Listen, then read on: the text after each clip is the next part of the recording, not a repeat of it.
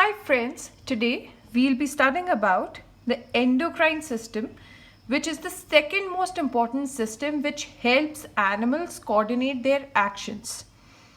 Now we'll start with a term which is very important in your endocrine system, that is hormone. What exactly is a hormone? Hormone, they are very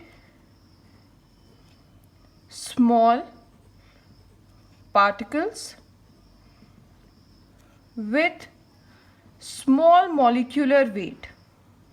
इनका जो wait होता है वो भी काफ़ी कम होता है और ये बहुत कम क्वांटिटी में बॉडी को रिक्वायर्ड होते हैं. They are chemical messengers. ये मैसेंजर्स का काम करते हैं that are released in blood. Blood में इन मैसेंजर्स को रिलीज किया जाता है which coordinate activities of living organisms as well as their growth. Growth में भी यही हेल्प करते हैं और जो आपकी बॉडी की डिफरेंट एक्टिविटीज़ को कोऑर्डिनेट करना होता है उसमें भी जो रोल है हार्मोन्स का बहुत ज़्यादा है.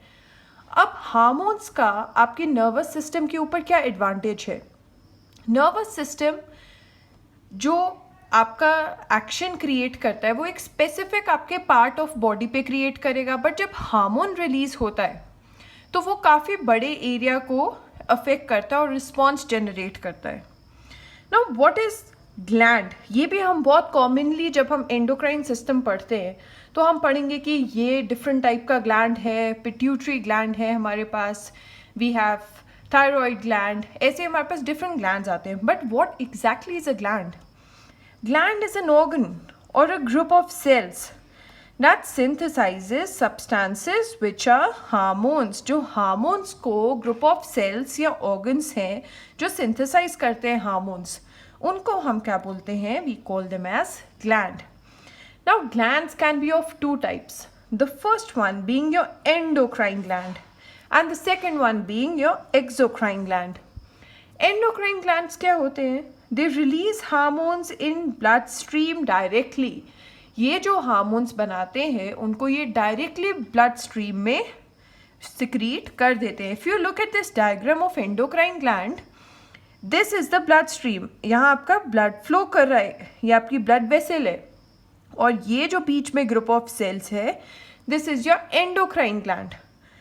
अब ये एंडोक्राइन ग्लैंड्स आपका हार्मोन बनाएंगे, सिंथेसाइज करेंगे और उसको यहीं से डायरेक्टली वो ब्लड स्ट्रीम में सिक्रीट करवा देते हैं और यहाँ वो ब्लड स्ट्रीम के थ्रू, ब्लड के थ्रू डिफरेंट आपका जो इफेक्टर ऑर्गन्स है वहाँ पे जाके रिस्पॉन्स जनरेट करेगी. एक्सोक्राइन ग्लैंड क्या होते हैं? They release hormones in cavities, और ऐसी कैविटीज जो डायरेक्टली आपके सरफेस ऑफ स्किन पे ओपन होती है. That means ये जो ducts है they release secretions directly on the surface. If you look at this diagram, this is one of your cavity or one of your ducts. अब ये आपके जो exocrine gland है ये एक duct जैसा बना रहा है और यहाँ से जो आपका जो भी हार्मोन या जो भी सिक्रीशन है वो डायरेक्टली स्किन के सरफेस पे रिलीज हो जाती है. इसके बहुत कॉमन एग्जाम्पल जो है that is your sweat glands.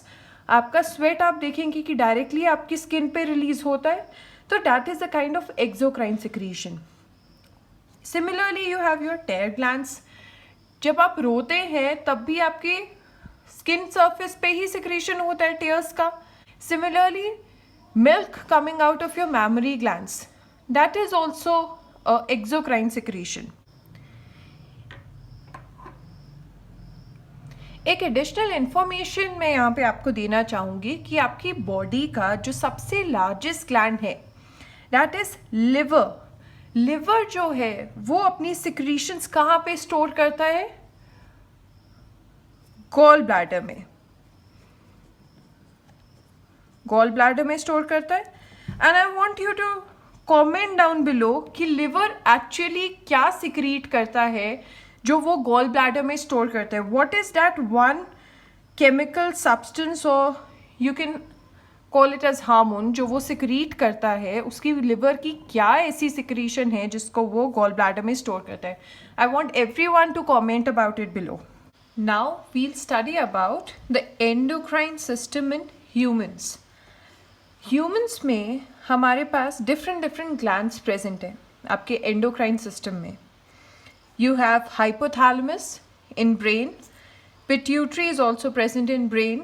Then you have a pineal gland. It is also present in your brain. थोड़ा नीचे आ जाएंगे तो you will get thyroid और उसके पीछे parathyroid glands present होते हैं. थोड़ा और नीचे आ जाएंगे आपके हार्ट के पास thymus gland present होता है. Then pancreas और किडनी के ऊपर आपके एड्रीनल ग्लैंड्स प्रेजेंट होंगे. अब ये जो सब ग्लैंड्स हैं ये मेल और फीमेल में सेम होते हैं. There is only one difference between male and female. That is males में आपके जेनिटल ऑर्गन के पास टेस्टिस प्रेजेंट होती है और फीमेल में आपके जेनिटल एरिया में आपके लोअर एब्डोमेन में ओवरी प्रेजेंट होती है. तो ovary is specific to females and testis are specific to your males. एक एक करके अब हम सब ग्लैंड्स के बारे में पढ़ेंगे. So starting with your hypothalamus. Hypothalamus I told you can see in the diagram कि हाइपोथैलेमस ब्रेन में प्रेजेंट है. So it controls release of hormones from pituitary gland. ये आपके पिट्यूटरी ग्लैंड से हार्मोन्स का जो रिलीज होता है उसको मेनली आपका कौन कंट्रोल करता है? It is controlled by your hypothalamus. So it is located in brain. First of all आपका ये brain में located है and this region controls most of the endocrine secretions. और mainly कैसी secretions? आपकी regulatory secretions. ये जो secrete करता है हार्मोन्स वो अल्टीमेटली या तो बाकी हार्मोन्स के रिलीज को बढ़ाते हैं या तो कम करते हैं.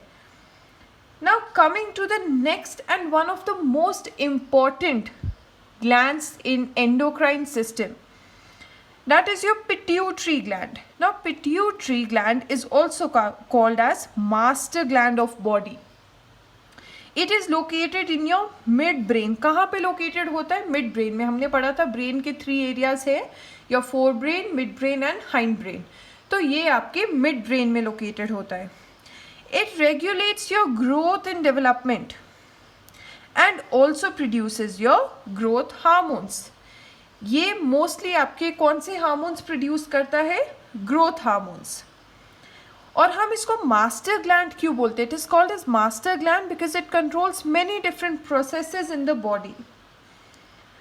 अब आपका जो pituitary है, you can see in this diagram, it is a paired gland. 2 parts है इसके. एक पार्ट को हम एंटीरियर पिट्यूटरी बोलते हैं, ये है anterior pituitary and one is your posterior pituitary. Posterior मतलब पीछे वाला लोब. इसके 2 लोब्स होते हैं, एक एंटीरियर जो आगे वाला है और एक पीछे वाला. तो सबसे ऊपर आपका हाइपोथैलेमस होता है, वहाँ से आपका नीचे डिसेंड करता है पिट्यूटरी और जिसके 2 लोब्स है. तो अगर आपसे कोई पूछे कि पिट्यूटरी क्या पेयर्ड ग्लैंड है तो yes, pituitary is a paired gland. क्या हाइपोथैलेमस पेयर्ड ग्लैंड है? नहीं, हाइपोथैलेमस पेयर्ड ग्लैंड नहीं है. सो पिट्यूटरी आप याद रखें कि पिट्यूटरी आपका मास्टर ग्लैंड बोला जाता है बॉडी का. तो एंटीरियर पिट्यूटरी आपके मोस्टली रेगुलेटरी हार्मोन्स प्रोड्यूस करता है. So this was about your hypothalamus and pituitary gland. Now coming to your pineal gland. Pineal gland एक बहुत छोटा सा gland है हमारी बॉडी का जो again brain में present होता है and it produces your sleep hormone. Night के टाइम पे जो ये स्लीप हार्मोन है ये ज़्यादा प्रोड्यूस होता है और दिन के टाइम पे ये जो स्लीप हार्मोन है ये कम प्रोड्यूस होता है. The next very important gland is your thyroid gland. Now you can see in the diagram, I'll show you the diagram once again. ये आपके नेक रीजन में, थ्रोट रीजन में एक ग्लैंड प्रेजेंट है थायराइड और इसी के साथ एक और ग्लैंड प्रेजेंट है पैराथायरॉइड ग्लैंड. ये जो थायराइड ग्लैंड है ये कुछ इस तरीके का दिखता है, इसको हम बटरफ्लाई शेप बोलते हैं.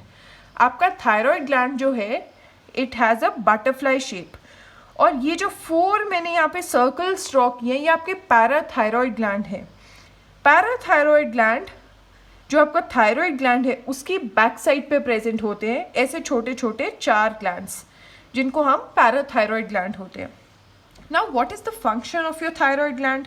आपने पढ़ा that it is located in neck और थ्रोट रीजन, और ये लार्जेस्ट एंडोक्राइन ग्लैंड है हमारी बॉडी का. लार्जेस्ट ग्लैंड हमने पढ़ा था लिवर है, बट जो लार्जेस्ट एंडोक्राइन ग्लैंड है, जो सिर्फ और सिर्फ एंडोक्राइन फंक्शन शो करता है, वो है आपका थायराइड ग्लैंड. थायराइड ग्लैंड आपका थायरोक्सिन प्रोड्यूस करता है. थायरोक्सिन क्या करता है? It regulates metabolism of carbohydrates, fat and proteins. जो आपकी बॉडी का बेसल मेटाबॉलिक रेट है, हमने बहुत बार ये टर्म सुनी होगी, BMR, बेसल मेटाबॉलिक रेट, कि आपकी बॉडी कितनी जल्दी कार्बोहाइड्रेट, फैट और प्रोटीन्स को डाइजेस्ट कर सकती है, आपका मेटाबॉलिज्म कितना फास्ट है, वो कौन कंट्रोल करता है? आपका थायराइड ग्लैंड. तो ना ही ये बहुत ज़्यादा होना चाहिए आपकी बॉडी में, ना ही ये कम होना चाहिए रिक्वायरमेंट्स. अगर कम होगा तो आपकी बॉडी का जो बेसल मेटाबॉलिक रेट है, मतलब जो उसको प्रोटीन्स, कार्बोहाइड्रेट, फैट्स को डाइजेस्ट करना है, उसकी क्षमता कम हो जाएगी. और अगर थायराइड की प्रोडक्शन अच्छे से नहीं हो रही, thyroxine up to the mark नहीं बन रहा, तो आपके जो बॉडी में कार्बोहाइड्रेट, फैट और प्रोटीन है, उसकी जो मेटाबॉलिज्म है वो रिक्वायर्ड से बहुत जल्दी हो जाएगी, तो आपको ज़्यादा भूख लगती है उसमें. थायराइड ग्लैंड में एक बहुत इम्पॉर्टेंट एलिमेंट हमें चाहिए होता है जिसका नाम है आयोडीन. बहुत बार हमने सुना है कि सब रेकमेंड करते हैं कि आयोडाइज सॉल्ट खाना चाहिए. ऐसा क्यों? क्योंकि जो आयोडीन है वो थायरोक्सिन बनाने के लिए बहुत ज़्यादा ज़रूरी कंपोनेंट होता है. अगर हमारी बॉडी में आयोडीन की कमी होगी तो प्रॉपर थायरोक्सिन नहीं बन पाएगा. इसके स्ट्रक्चर में ये बहुत इंपॉर्टेंट होता है. तो इसीलिए iodine is essential part of thyroxine hormone. और अगर हमें आयोडीन की डेफिशिएंसी हो जाए तो हमें गॉइटर नाम की एक डिजीज़ हो जाती है. गॉइटर में क्या होता है कि आपका जो नेक रीजन है वो स्वेल हो जाता है. Now talking about a parathyroid gland. Parathyroid gland, they are located at the back of your thyroid gland. Now they control calcium level in blood. आपके ब्लड में कैल्शियम कितना प्रेजेंट है वो कौन कंट्रोल करता है? Parathyroid gland. Now we'll come to the lower body. आपके पास वहाँ पे सबसे पहले आ जाता है एड्रीनल ग्लैंड्स. एड्रीनल ग्लैंड भी आपका एक पेयर्ड ग्लैंड है और ये किडनीज के ऊपर लोकेटेड होता है. If you look at the diagram, हम डायग्राम एक बार देख लेते हैं कि ये आपका एड्रीनल ग्लैंड है. यहाँ पे आपकी किडनी, ये आप देख सकते हैं कि ये किडनी ड्रॉ हुई है, इसके ऊपर यहाँ पर एक एड्रीनल ग्लैंड है और वैसे ही आपकी दूसरी किडनी के ऊपर दूसरा एड्रीनल ग्लैंड होगा. तो ये एड्रीनल ग्लैंड भी आपके बोथ मेल और फीमेल सिस्टम दोनों में प्रेजेंट होता है. एड्रीनल ग्लैंड आपका एड्रेनलिन सिक्रीट करते हैं. एड्रेनलिन आपका फ्राइट हार्मोन है. जब आपको डर लगता है तब एड्रेनलिन रिलीज होता है. एड्रेनलिन आपके ब्लड प्रेशर को इंक्रीज करता है. कैसे? ये जो ब्लड वेसल्स होती है हमारी बॉडी की, उनको ये कॉन्स्ट्रिक्ट कर देता है. कॉन्स्ट्रिक्ट का मतलब कि उनको नैरो बना देता है, उनको सिकुड़ देता है, जिसकी वजह से जो उसके बीच का एरिया है जहाँ से ब्लड फ्लो करता है वो छोटा हो जाता है. सिंस वो छोटा हो जाता है उसकी वजह से ब्लड को ज़्यादा मेहनत लगती है उसमें से फ्लो करने के लिए, जिसकी वजह से जो बीपी है, ब्लड प्रेशर है, वो इंक्रीज हो जाता है. It also increases your heartbeat. जिस फोर्स से आपका हार्ट बीट कर रहा है इसको भी वो इंक्रीज कर देता है. आपका हार्ट बीट नॉर्मल से ज़्यादा हो जाएगी, 72 बीट्स पर मिनट से ज़्यादा हो जाती है जब एड्रेनलिन रिलीज होता है. Next one is the pancreas. Now your pancreas, they are located below stomach. They secrete insulin. ये एक बहुत इंपॉर्टेंट हार्मोन रिलीज करती है, इंसुलिन. इंसुलिन का काम क्या है कि वो जो आपके ब्लड में शुगर का लेवल है उसको रेगुलेट करता है. अगर बहुत ज़्यादा हो गया तो वो उसको रिड्यूस कर देगा. सो पैनक्रियाज का काम क्या है? आपके ब्लड शुगर लेवल को कंट्रोल करना। नाउ अगर हमारा पैनक्रियाज अच्छे से काम नहीं कर रहे और insulin production up to the mark नहीं हो रही, तो हमें एक डिजीज़ हो जाती है which is called as diabetes. ये तो बहुत ज़्यादा हाउस होल्ड डिजीज़ बन गई है। पहले ज़्यादा लोगों को डायबिटीज़ नहीं होती थी, बट अगर आप पिछले कुछ डेकेड्स का ट्रेंड देखेंगे तो diabetes has become a very house hold problem. And same is the case with production of thyroid. Thyroid भी आजकल आपको हर हाउस होल्ड में किसी एक ना एक को डायबिटीज़ या थायराइड की प्रॉब्लम देखने को मिलती ही मिलती है। डायबिटीज़ में क्या होता है कि आपका ब्लड शुगर लेवल इंक्रीज हो जाता है। ये क्यों होता है? क्योंकि आपकी बॉडी में इंसुलिन की डेफिशिएंसी होती है, बिकॉज इंसुलिन की production up to the mark नहीं हो रही होती, जिससे आपकी ब्लड शुगर लेवल इंक्रीज कर जाती है। इसका ट्रीटमेंट क्या है? अगर माइनर है आपको तो आपको कभी कभी मेडिकेशन ही दे दी जाएगी डायबिटीज़ के लिए, बट अगर आपको मेजर डायबिटीज़ की प्रॉब्लम है तो आपको इंसुलिन के इंजेक्शंस लगते हैं। डेली आपको इंसुलिन के इंजेक्शंस लेने पड़ते हैं। देन आपके मेल्स में, I told you there is a specific gland which is called as testis, which is specifically present in your males. Males may it releases a hormone which is called as testosterone. Testosterone sexual maturity produce करता है।